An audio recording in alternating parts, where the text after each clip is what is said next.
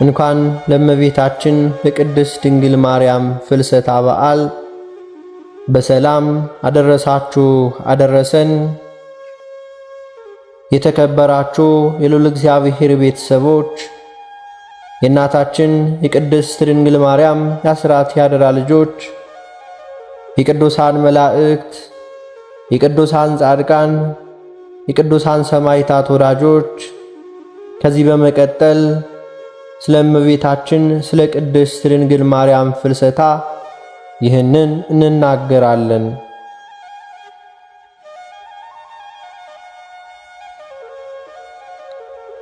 በስመ አብ ወወልድ ወመንፈስ ቅዱስ አሐዱ አምላክ አሜን።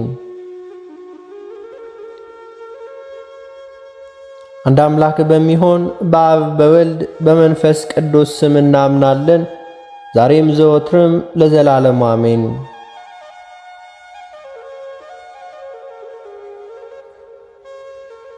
የእመቤታችን የቅድስት ድንግል ማርያም ፍልሰታ።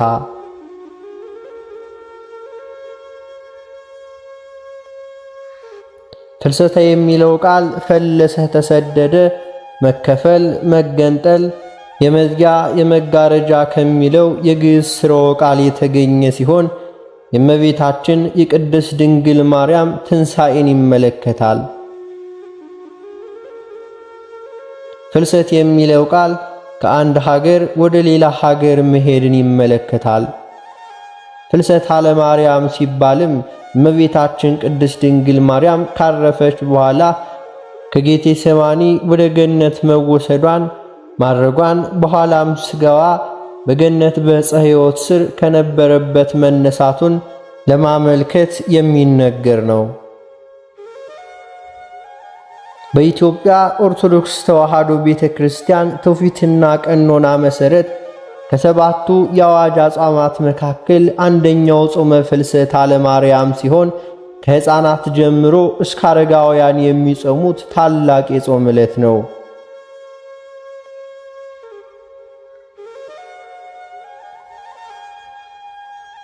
እናታችን ቅድስት ድንግል ማርያም 3 ዓመት በእናቷና በአባቷ ቤት፣ 12 ዓመት በቤተ መቅደስ፣ 9 ወር በዮሴፍ ቤት፣ 33 ዓመት ከ3 ወር ከጌታችን ከመድኃኒታችን ከኢየሱስ ክርስቶስ ጋር 14 ዓመት በወንጌላዊው በዮሐንስ ቤት ከኖረች በኋላ በ64 ዓመቷ ጥር 21 ቀን አርፋለች።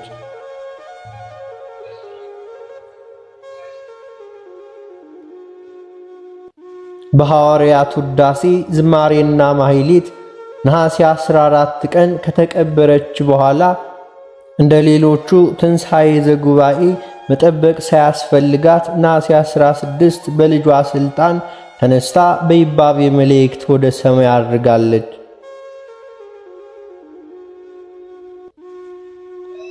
ኢትዮጵያዊው ሊቅ ቅዱስ ያሬድ በመዝሙሩ እመቤታችን ቅድስት ድንግል ማርያም ከምድር ወደ ሰማይ አረገች፣ በሰማይም ከልጇ ጋር በአብና በመንፈስ ቅዱስም ቀኝ ተቀመጠች በማለት ወደ ሰማይ ማረጓንና በክብር መቀመጧን ተናግሯል።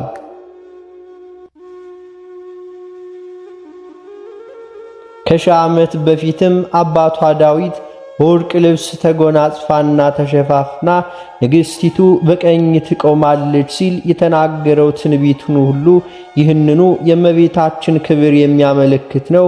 በዚህም አስተምሮ የእመቤታችን የቅድስት ድንግል ማርያምን ነገረ ፍልሰቷን እንመለከታለን።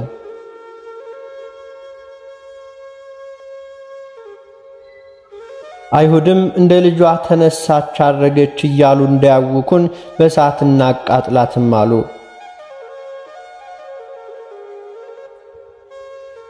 እመቤታችን ቅድስት ድንግል ማርያም ጥር 21 ቀን በ49 ዓመተ ምህረት በ64 ዓመቷ ከዚህ ዓለም ውጣ ውረድና ድካም ባረፈች ጊዜ ቅዱሳን ሐዋርያት ሊቀብሯት ወደ ጌቴሴማኒ ይዘዋትም ሄዱ። በዚያን ጊዜ ጌታችን መድኃኒታችን ኢየሱስ ክርስቶስን የሰቀሉት አይሁድ እንደ ልጇ ተነሳች አረገች እያሉ እንዳያውኩን በእሳት እናቃጥላት ብለው ሥጋዋን ሊያጠፉ በአመፅም ተነሱ። ከነርሱም መካከል ታውፊያ የሚባል አረጋዊ የአልጋውን አጎበር ይዞ ሊያወርዳት ሲል የእግዚአብሔር መልአክ ሁለቱን እጆቹን ቀጣው። ከዚህም በኋላ እግዚአብሔር አምላክ ሐዋርያው ቅዱስ ዮሐንስን ጨምሮ እመቤታችንን በደመና ነጥቆ ወደ ገነት ማዶ በዕፀ ሕይወት ስር አስቀመጣቸው። ቅዱሳን ሐዋርያት እመቤታችንን ያለችበትን ቦታ እንዲገልጥላቸው ባረፈችበት በ8ኛው ወር ከነሐሴ 1 ቀን ጀምረው ሱባኤ ገብተው እግዚአብሔርን በጸሎት መጠየቅ ጀመሩ።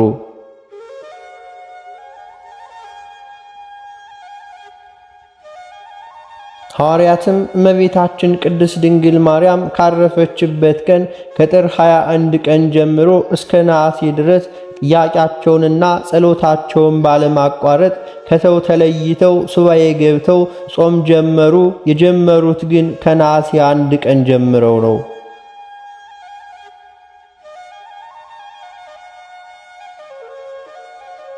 ቀድሞስ የክብር ባለቤት ጌታችን አምላካችንና መድኃኒታችን ኢየሱስ ክርስቶስ ደቀ መዛሙርቱ ሆነው እናቱ ቅድስት ድንግል ማርያም ተሰውራባቸው እንዴት ዝም ብለው ይቀመጣሉ? ቅዱሳን ሐዋርያት 2 ሱባኤ 14 ቀን ካደረሱ በኋላ የነገሩትን የማይረሳ የለመኑትን የማይነሳ እግዚአብሔር አምላክም ጸሎታቸውን ሰምቶ ነሐሴ 14 ቀን የእመቤታችንን ሥጋ ሰጥቷቸው በክብር ገንዘው በጌቴ ሰማኒ ቀበሯት።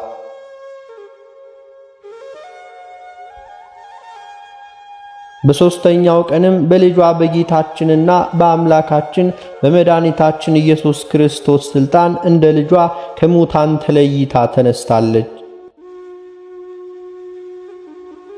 መድኃኒታችን ኢየሱስ ክርስቶስ የትንሣኤያችን በኩር ሆኖ በሞተ በሦስተኛው ቀን የሙስና መቃብርን የመቃብርን ሥልጣን አጥፍቶ ሞትን ድል ነስቶ በገዛ ሥልጣኑ ተነስቷል።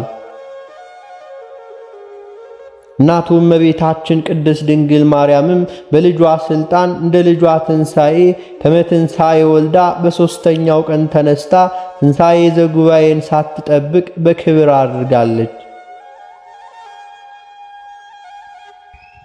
የቅድስት ድንግል ማርያም ትንሣኤ የክብርና የሕይወት ትንሣኤ ሲሆን ሁለተኛ መሞትን አያስከትልም፣ ትንሣኤ ዘጉባኤንም አይጠብቅም።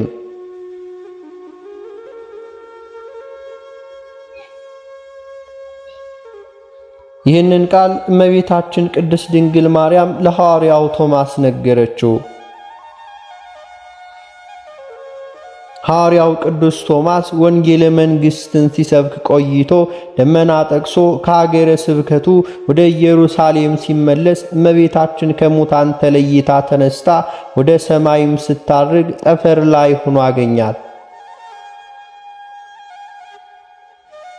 በዚያን ጊዜ ቀድሞ የልጅሽን ትንሣኤ ዛሬ ደግሞ ያንቺን ትንሣኤ ሳላይ ቀረሁን ብሎ ትንሣኤዋን ባለማየቱ ሐዘን ስለተሰማው ከደመናው ይወድቅ ዘንድ ወደደ። እመቤታችንም አይዞህ አትዘን፣ ባልንጀሮች ሐዋርያት ያላዩትን ትንሣኤ አንተ አይተሃልና ደስ ይበል ብላ ከሙታን ተለይታ መነሳቷንና ማድረጓን ለሐዋርያት እንዲነግራቸው አዛ ያዘችውና ተበን ሰታም ሰደደችው። ከዚያም እርሷ ወደ ሰማይ አረገች፣ እርሱም ወደ ኢየሩሳሌም ወረደ። ቅዱስ ቶማስ ትእዛዝን ተቀብሎ በክብር ከተሰናበታት በኋላ ወደ ሐዋርያት ሂዶ እንዳልሰማና እንዳላየ መስሎ የእመቤታችንን ነገር እንደምን ሆነ ሲል ጠየቃቸው። እነርሱም አግኝተን ቀብረናታል ሲሉ አይደረግም፣ ሞት በጥር በነሐሴ መቃብር እንደምን ይሆናል አላቸው። በዚያን ጊዜ ቅዱስ ጴጥሮስ በዚህ በፊቱ የክርስቶስን ትንሣኤ መጠራጠሩን ጠቅሶ እየገሰጸ መከራከሩንና መጠራጠሩን ትቶ ስለ እመቤታችን መቃብር እነርሱ የሚነግሩትን ሁሉ አምኖ መቀበል እንደሚገባው ለቅዱስ ቶማስ አስረዳው።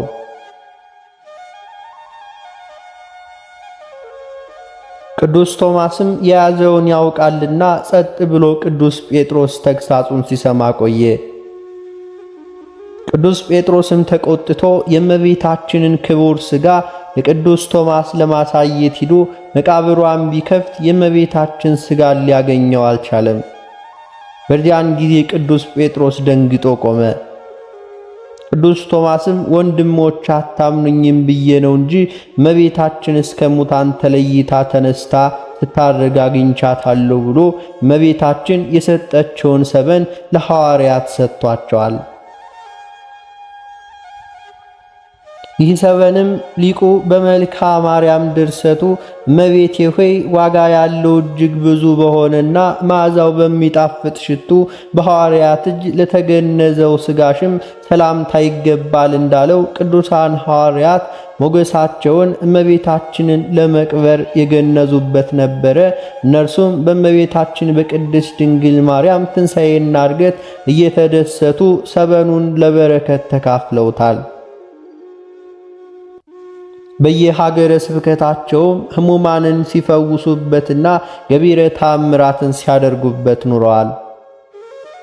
ሊቃውንተ ቤተ ክርስቲያን እንደሚያስተምሩት በቅዳሴ ጊዜ ሰራኢ ዲያቆኑ በሚይዘው መስቀል ላይ የሚታሰረው መቀነት መምሰል ልብስ፣ እንደዚሁ አባቶቻችን ካህናት በመስቀላቸው ላይ የሚያደርጉት ቀጭን ልብስም በራሳቸው ላይም የሚጠመጥሙት ነጫጭ ሻሽም የእመቤታችን ሰበን ምሳሌ ነው። ቅዱሳን ሐዋርያት ለበረከት ተካፍለውታልና።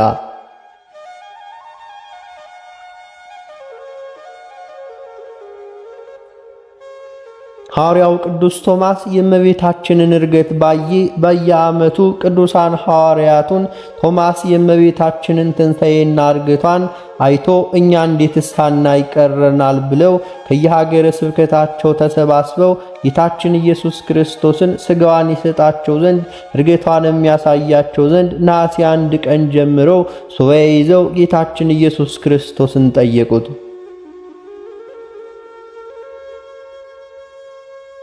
እርሱም ልመናቸውን ተቀብሎ ነሐሴ 16 ቀን እመቤታችንን መንበረ ጴጥሮስን ተራዳኢ ካህን እስጢፋኖስን ሰራይ ዲያቆናትን አድርጎ ቀድሶ እመቤታችንንም ሐዋርያትንም አቅርቧቸዋል። እነርሱም እመቤታችንን ባይናቸው በማየት ባሻገር አብረው ሥጋውን ደሙን ተቀብለዋልና።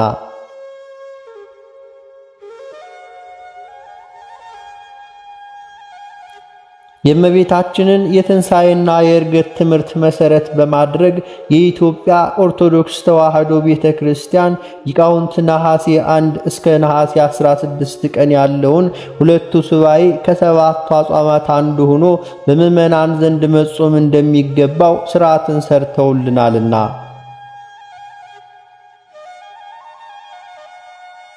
ይህ ጾምም ጾመ ማርያም የማርያም ጾም ወይንም ጾመ ፍልሰታ ለማርያም የማርያም የፍልሰት ጾም እየተባለ ይጠራል። በጾሙ መጨረሻ የቅድስት ድንግል ማርያም ትንሣኤ ይከበራል። በእመቤታችን የትንሣኤ በዓል ላይ ተንሥአ እሙታን ማርያም ድንግል ከመትንሣኤ ወልዳ ዘልዑል በማለት እመቤታችን ቅድስት ድንግል ማርያም ከሙታን ተለይታ ተነሳች፣ ይሄውም ልዑል ልጇ አምላክ እንደተነሳው ትንሣኤ ነው የሚል የምስራች ቃል ምዕመናን ሁሉ ይለዋወጣሉ። ይህ የደስታ መንፈስና ሥርዓት እንደ ልጇ ዘመን ትንሣኤ እስከ ነሐሴ 21 ቀን ድረስ ይቀጥላል።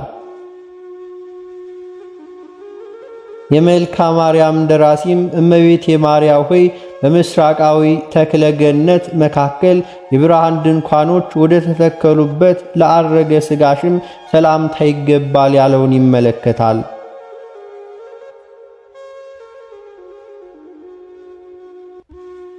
በጾመ ፍልሰታ ወቅት በቤተ ክርስቲያናችን በየቀኑ በማህሌቱ በሰዓታቱና በቅዳሴው በሚደረሰው ቃለ እግዚአብሔር ነገረ ማርያም ማለትም የእመቤታችን የቅድስት ድንግል ማርያም ከመጸነሷ ጀምሮ እስከ ዕርገቷ ድረስ ያለው ታሪኳ፣ ለአምላክ ማደሪያነት መመረጧ፣ ንጽሕናዋ፣ ቅድስናዋ፣ ክብሯ፣ ርኅራኄዋ፣ ደግነቷ፣ አማላጅነቷን፣ ሰውን መውደዷን በስፋት ይነጋገራሉ።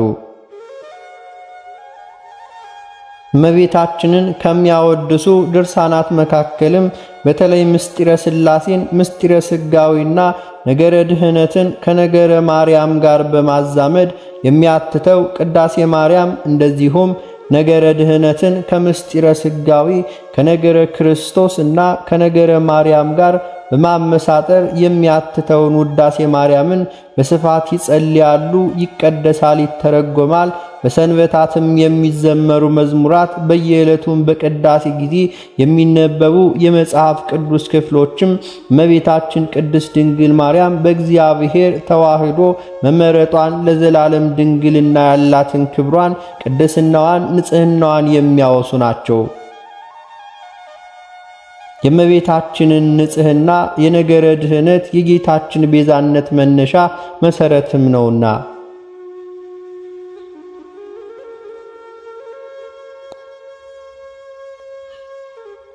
በጾመ ፍልሰታ ገዳማውያን ብቻ ሳይሆኑ ዓለማውያን በእግዚአብሔር ቸርነት በእመቤታችን በቅድስት ድንግል ማርያም አማላጅነት የሰይጣንን ፈተና ድል ለማድረግ እንዲያስችላቸው ከቤተሰቦቻቸው ተለይተው በየገዳማቱና በየአብያተ ክርስቲያናቱ በዓት አዘጋጅተዋል። ሱባዔ ገብተው ፈቃደ ሥጋቸውን ለፈቃደ ነፍሳቸው አስገዝተው ይጾማሉ፣ ይጸልያሉ። እንደዚሁም ቅዱስ ሥጋውን ክቡር ደሙን ይቀበላሉ። ይህ ጾም ለእመቤታችንን ያለንን ፍቅር የምንገልጽበት ወቅት ነው። በተለይ ኦርቶዶክሳውያን ሕፃናት በአብዛኛው ትምህርተ ወንጌል የሚማሩበት፣ ቅዱስ ሥጋውን ክቡር ደሙን የሚቀበሉበት በዚሁ በጾመ ፍልሰታ ነው። ጌታችንም በስሙ ሁለትም ሦስትም ሆነን ለጸሎትና ለመልካም ሥራ ብንሰበሰብ እርሱ በመካከላችን እንደሚገኝ የገባልንን ቃል ኪዳን መሠረት በማድረግ ሁላችንም በጾመ ፍልሰታ ሳምንታት በጌታችን በእመቤታችንና በቅዱሳን ሐዋርያት ስም በቤተ ክርስቲያን ተሰባስበን ቅዱሳን መጻሕፍትን ከማንበብ ባሻገር ብንጾም፣ ብንጸልይ፣ ብናስቀድስ እንደዚሁም ሥጋውን ደሙን ብንቀበል በበረከት ላይ በረከት፣ ጸጋ ላይ ጸጋ እናገኛለን። በኋላም ሰማያውያን የእግዚአብሔርን መንግሥት ለመውረስ እንችላለን።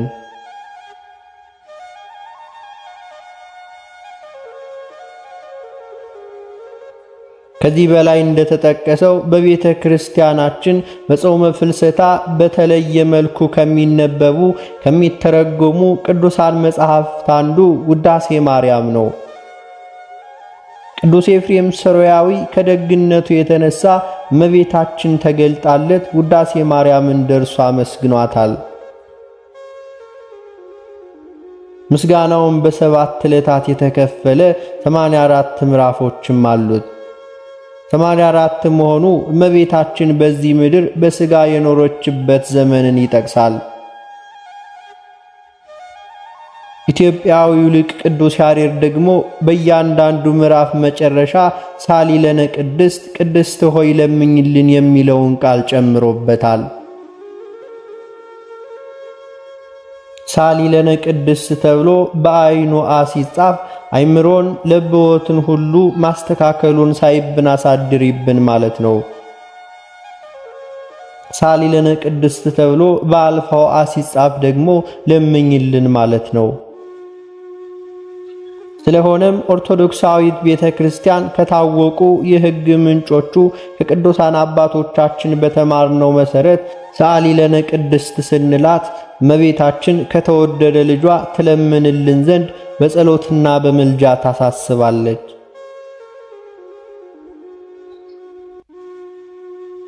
እኛም የእመቤታችንን የቅድስት ድንግል ማርያምን ዕርገትና ትንሣኤ በማሰብ ከልጇ ከወዳጇ የሚገኘውን ጸጋና በረከት ተስፋ በማድረግ የአባቶቻችንና የእናቶቻችን ፈለግ ተከትለን በየዓመቱ ጾመ ፍልሰታን እንጾማለን። የምንችል ደግሞ ንስሐ ገብተን አስቀድመን ቅዱስ ሥጋውን ክቡር ደሙን እንቀበላለን። ነገር ግን በሕግ የተከለከለ እስኪመስል ድረስ በዚያ ወቅትም ሆነ በሌላ ጊዜ ሥጋውን ደሙን የሚቀበሉ ወጣቶች ጥቂቶች ናቸው። ስለዚህም አረጋውያንና ሕፃናት ብቻ ሳይሆኑ ወጣቶችም ጭምር የመቁረብና የመዳን ክርስቲያናዊ ተስፋ እንዳለብን በመረዳት ራሳችንን ገዝተን ንስሐ ገብተን ቅዱስ ሥጋውንና ክቡር ደሙን በመቀበል መንግሥቱን ለመውረስ መዘጋጀት ይኖርብናል። አምላካችን በማይታበል ቃሉ ሥጋዬን የሚበላ ደሜን የሚጠጣ የዘላለም ሕይወት አለው በማለት ተናግሯልና። የአምላካችን ቸርነት፣ የእመቤታችን የቅድስት ድንግል ማርያም አማላጅነት፣ የቅዱሳን ሐዋርያት ጸጋና በረከት አይለየን። ጽንዕት በድንግልና ስርጉት በቅድስና እመቤታችን ጸጋውን ክብሩን እንዳይለየን ለምኝልን። አእምሮውን ልቦውን ሳይብን አሳድሪብን። አሜን። የእመቤታችን የቅድስት ድንግል ማርያም ረድኤቷ በረከቷ አይድረሰን ዛሬም ዘወትርም ለዘላለም አሜን። አባታችን ሆይ በሰማያት የምትኖር፣ ስምህ ይቀደስ፣ መንግሥትህ ትምጣ፣ ፈቃድህ በሰማይ እንደሆነች እንዲሁም በምድር ትሁን። የዕለት እንጀራችንን ስጠን ዛሬ፣ በደላችንንም ይቅር በለን እኛም የበደሉንን ይቅር እንደምንል፣ አቤቱ ወደ ፈተናም አታግባን ከክፉ ሁሉ አድነን እንጂ መንግሥት ያንተ ናትና፣ ኃይል፣ ክብር፣ ምስጋና ለዘላለሙ አሜን። እመቤታችን ቅድስት ድንግል ማርያም ሆይ በመልአኩ በቅዱስ ገብርኤል ሰላምታ ሰላም እንልሻለን።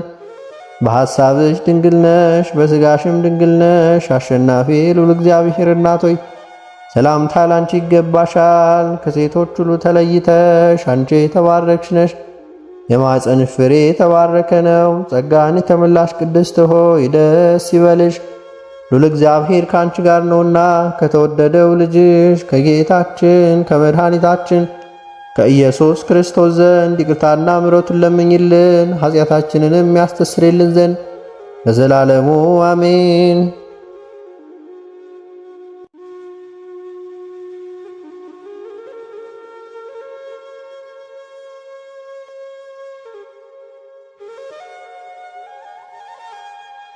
የተከበራችሁ የልዑል እግዚአብሔር ቤተሰቦች ከዚህ በመቀጠል በነሐሴ 1 ቀን የሚነበበውን ስንክሳር እናደርሳለን።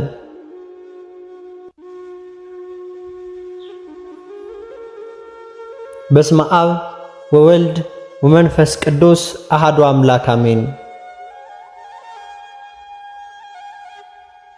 አንድ አምላክ በሆነ በአብ በወልድ በመንፈስ ቅዱስ ስም የተባረከ የወርሃ ነሐሴ የቀኑ ሰዓት 13 ነው። ከዚህም በኋላ ይጎርላል። በዚህችም ቀን የዮስጦስ ልጅ ቅዱስ አቦሊ በሰማዕትነት አረፈ። ይህም ቅዱስ አቦሊ ከመንግሥት ልጆች ውስጥ ነበረ። አላውያንን ወግቶ በተመለሰ ጊዜ ዲዮቅልጥያኖስ ክብር ይግባውና ክርስቶስን ክዶ አገኘው።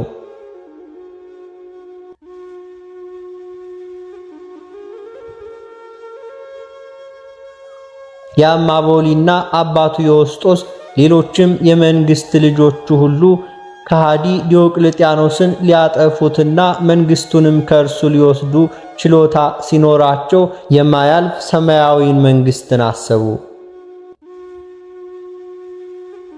ከዚህም በኋላ ቅዱስ አቦሊ ወደ ንጉሡ ቀርቦ ክብር ይግባውና በጌታችን ኢየሱስ ክርስቶስ ታመነ። ንጉሥ ዲዮቅልጥያኖስም አብዝቶ አባበለው። እንዲሁም አባቱ ዮስጦስና የከበረች እናቱ ታውክልያንም አባበላቸው። እነርሱ ግን አልሰሙትም፣ ልባቸው በመድህን ክርስቶስ ፍቅር ተነድፏልና።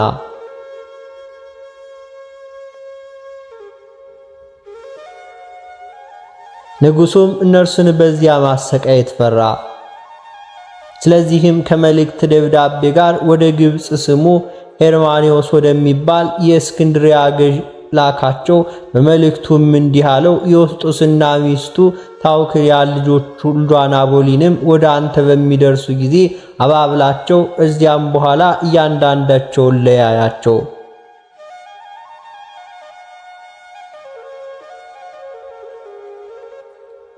በዚያችም ሌሊት ክብር ይግባውና ጌታችን ኢየሱስ ክርስቶስ ለዮስጦስና ለሚስቱ ታውክልያ ለልጁም ለአቦሊም ተገልጾ አጽናናቸው። ከነርሱም የሚሆነውን ነገራቸው። የጸና ቃል ኪዳንንም ሰጣቸው።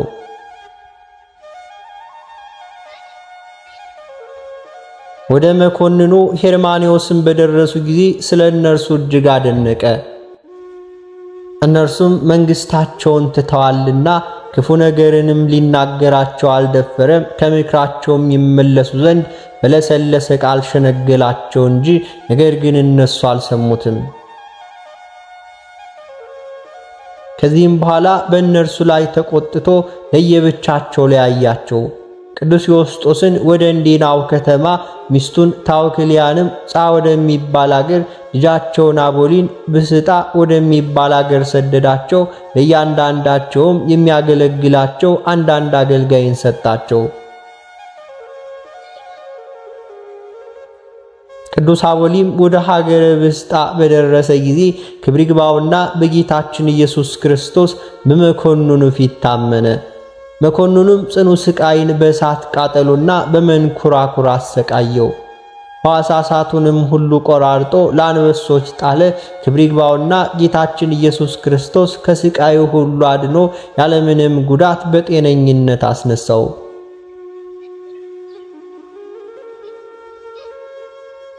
ብዙ ሰዎችም ሲያሰቃይና ዳግመኛ መዳኑን ባዩ ጊዜ እጅግም አደነቁ። ክብር ይግባውና በጌታችን በኢየሱስ ክርስቶስ ስም አምነው በሰማዕትነት ሞቱ።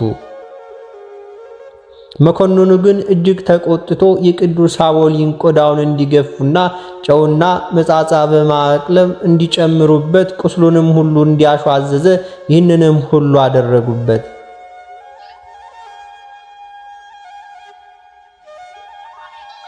ከዚህም በኋላ ቆዳውን ሁሉ አሸክመው በከተማ ውስጥ ሁሉ አዞሩት። ወደ ጌታችንም እንዲህ ብሎ ጸለየ። የሕያው እግዚአብሔር ልጅ ጌታ ኢየሱስ ክርስቶስ ሆይ እርዳኝ፣ ከዚህም ስቃይ አድነኝ። ያን ጊዜም የመላእክት አለቃ ቅዱስ ሚካኤል ወደ እርሱ መጣ፣ ሁለመናውንም ሁሉ ዳሰሰው፣ አዳነው።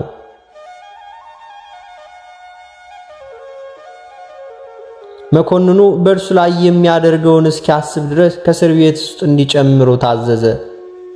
ቅዱስ አቦሊም ቁሞ ጸለየ። ያን ጊዜ ጌታችን ክብር ይግባውና ተገለጠለትና የመረጥኩህ አቦሊ ሰላም ላንተ ይሁን፣ እኔ ካንተ ጋር እኖራለሁ። ጌታችንም ባየው ጊዜ እጅግም ደስ አለው። ክብር ይግባውና ለጌታችንም ሰገደለት። ስሙ አበስኪሮስ የሚባል አንድ ባለጸጋ ነበር። የቤቱንም ግድግዳ አፍርሰው አዲስ ሲሰሩለት ዘንድ ሰራተኞቹን አመጣ። ስራውንም እስኪጨርስ በዚያ ይቆሙ ዘንድ ሁለቱ ልጆቹን አዘዛቸው።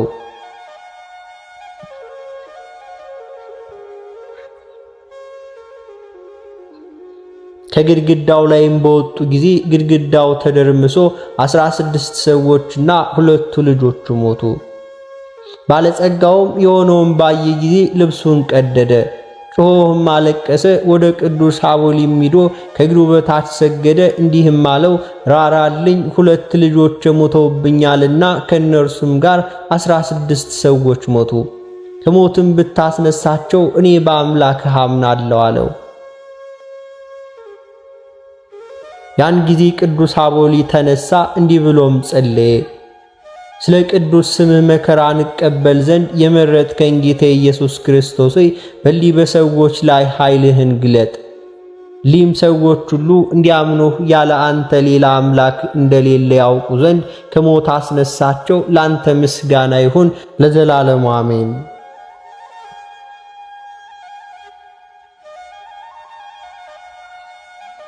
ከዚህም በኋላ የተገፈፈ ቆዳውን ወስዶ በሞቱ ሰዎች ላይ ዘረጋውና በሕያው እግዚአብሔር ልጅ በጌታ በኢየሱስ ክርስቶስ ከሞት ተነሱ አላቸው።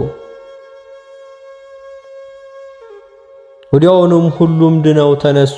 በዚያ ያሉ ሕዝቦች ይህን ድንቅ ታምር ባዩ ጊዜ የክርስቲያን አምላክ የቅዱስ አቦሊም አምላክ ኢየሱስ ክርስቶስ አንድ ነው፣ እኛም እናምንበታለን፣ ከእርሱ በቀር ሌላ አምላክ የለምና እያሉ ጮኹ። ባለጸጋው አበስኪሮስም መጥቶ ለቅዱስ አቦሊ እንዲህ እያለ ሰገደ። ኢየሱስ ክርስቶስ ክብር ይግባውና እውነተኛ አምላክ እንደሆነ ዛሬ አወቅኩኝ። እኔም አምንበታለሁ። ከቤተሰቦቹም ጋር አመኑ። መኮንኑም አፈረ። ከዚህ በኋላ ክብር ይግባውና ጌታችን ኢየሱስ ክርስቶስ ለቅዱስ ሐቦሊ ተገለጠለት። እንዲህም ብሎ ቃል ኪዳን ሰጠው። በመከራ ውስጥም ያለ ሰው በስምህ ይቅርታ ቢለምን እኔ እሰማዋለሁ፣ ልመናውንም ፍላጎቱንም እፈጽምለታለሁ። በስምህ ቤተ ክርስቲያን ለሠራ እኔም በሰማያዊ ብርሃናዊ ማደሪያ ቤትን እሠራለታለሁ። የገድልህንም መጽሐፍ የሚጽፈውን ወይንም የሚያነበውን ወይንም የሚሰማውን እኔ በኪሩቤል ክንፎች ላይ ስሙን እጽፋለሁ። በአብርሃም በይስሐቅና በያዕቆብ እቅፍም አሳርፈዋለሁ። ተድላ ደስታ ካለበት ከገነት ፍሬዎችም እርሱን እመግበዋለሁ። ብዙ ኃጢአትን ሰርቶ የበደለውን በስምህ ወደ እኔ የለመነውን ንስሐ ቢገባ በደሉንም ሁሉ ይቅር እለዋለሁ፣ ከጻድቃንም ጋር እቆጥረዋለሁ። ሰላሜ ካንተ ጋር ይሁን። ይህንንም ብሎ በታላቅ ክብር ወደ ሰማይ አረገ። መኮንኑም ከማሰቃየቱ የተነሳ በደከመ ጊዜ ራሱን በሰይፍ ይቆርጡት ዘንድ አዘዘ። የከበረ ራሱንም ቆረጡ። የሕይወት አክሊልንም ተቀበለ። ሥጋውም ከምስር ከተማ ውጭ ህንቅ በሚባል ገዳም ይኖራል። ከእርሱም ብዙ ድንቅ ታምራቶችም ተገለጡ። ለእግዚአብሔር ምስጋና ይሁን። እኛንም በመስተጋድሉ ጸሎት ይማረን፣ በረከቱም ከኛ ጋር ትኑር ለዘላለሙ አሜን።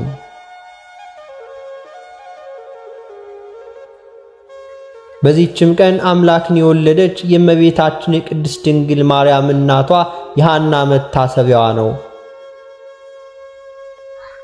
ዳግመኛ የፋኑኤል ልጅ የነቢዩ ሐና የንግሥት ሶፊያ ልጅ የቅዱሳን ደናግላን መታሰቢያቸው ነው። በረከታቸው ከኛ ጋር ትኑር ለዘላለሙ አሜን። በዚህችም ቀን ለአምላካዊ ምስጢር አገልጋዮች ሊሆኑ የተገባቸው የከበሩ ሰዎች የዮሴፍና የኒቆዲሞስ መታሰቢያቸውን እናደርግ ዘንድ የቤተ ክርስቲያን መምህራን አባቶቻችን አዘዙ።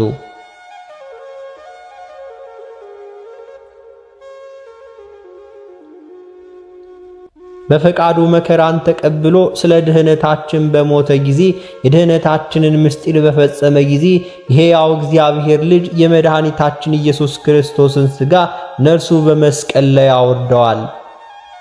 የአይሁድም መገረም ከጲላጦስም ዘንድ የኢየሱስ ክርስቶስን ሥጋ እስከለመኑ ድረስ አላሳፈራቸውምና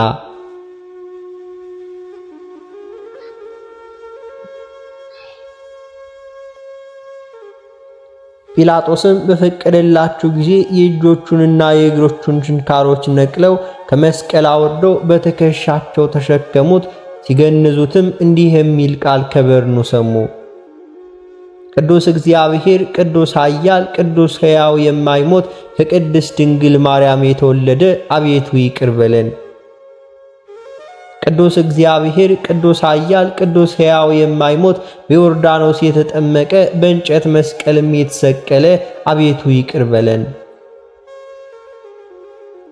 ቅዱስ እግዚአብሔር፣ ቅዱስ ኃያል፣ ቅዱስ ሕያው ዘኢይመውት የማይሞት በሦስተኛውም ቀን ከሙታን ተለይቶ የተነሳ በክብር ወደ ሰማይ ያረገ በአባቱም ቀኝ የተቀመጠ ዳግመኛም በሕያዋንና በሙታን ላይ ሊፈርድ የሚመጣ አቤቱ ይቅር በለን።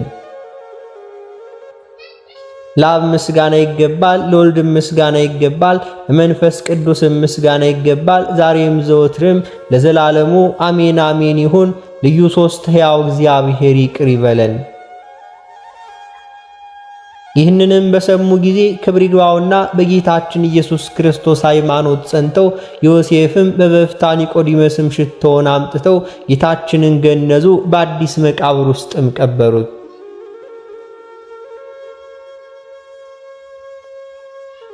ይህ ዮሴፍም ለሰማዕታት መጀመሪያ ለእስጢፋኖስ ዘመድ የሆነ የቀለጵዮ ወንድም ለኒቆዲሞስም ዘመድ ነው። ኒቆዲሞስም የአይሁድ አለቃ ፈሪሳዊ ነበር።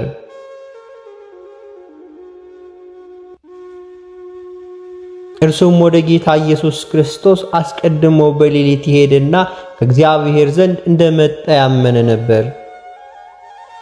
ጌታችንም ከውሃና ከመንፈስ ቅዱስ ዳግመኛ ያልተወለደ ሰው ወደ እግዚአብሔር መንግሥት መግባት እንደማይችል የነገረው ነው። ይህ ኒቆዲሞስም የጌታችንን ቃል በሚያቃልሉ ጊዜ አይሁድን ይገሥጻቸው ነበር።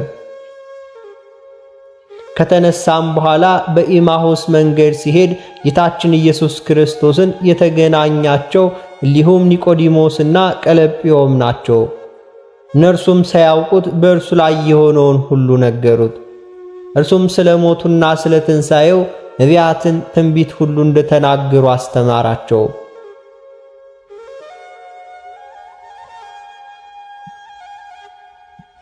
ከዚህም በኋላ እርሱ መሆኑን ባወቁ ጊዜ እርሱ ተሰወራቸው።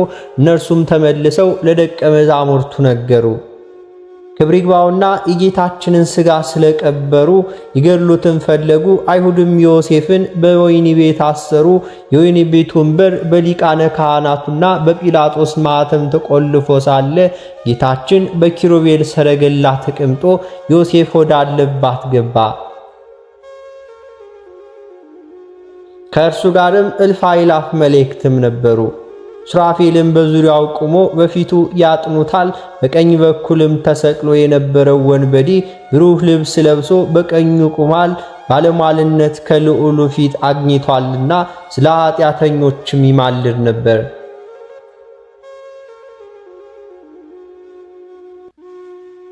የወህኒ ቤቱ ጠባቂዎችም ባዩት ጊዜ ደነገጡ፣ ፈርተውም መንቀጥቀጥ ያዛቸው።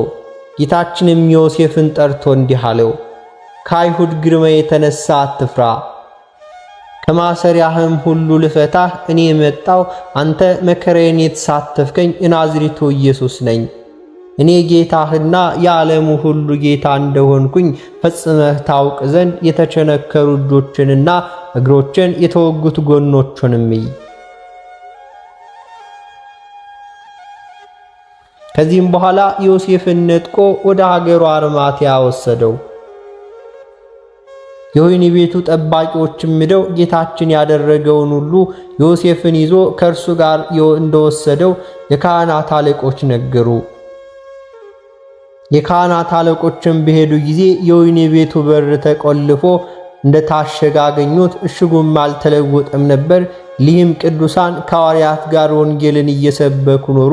ብዙ መከራም አገኛቸው። ከዚህም በኋላ በሰላም አረፉ። ለእግዚአብሔር ምስጋና ይሁን። እኛንም በቅዱሳኑ ጸሎት ይማረን፣ በረከታቸውም ከኛ ጋር ትኑር ለዘላለሙ አሜን። አነሳስቶ ላስጀመረን አስጀምሮ ላስፈጸመን ለጌታችን ለአምላካችን ለመድኃኒታችን ለኢየሱስ ክርስቶስ ክብርና ምስጋና ይገባል፣ ዛሬም ዘወትርም ለዘላለሙ አሜን።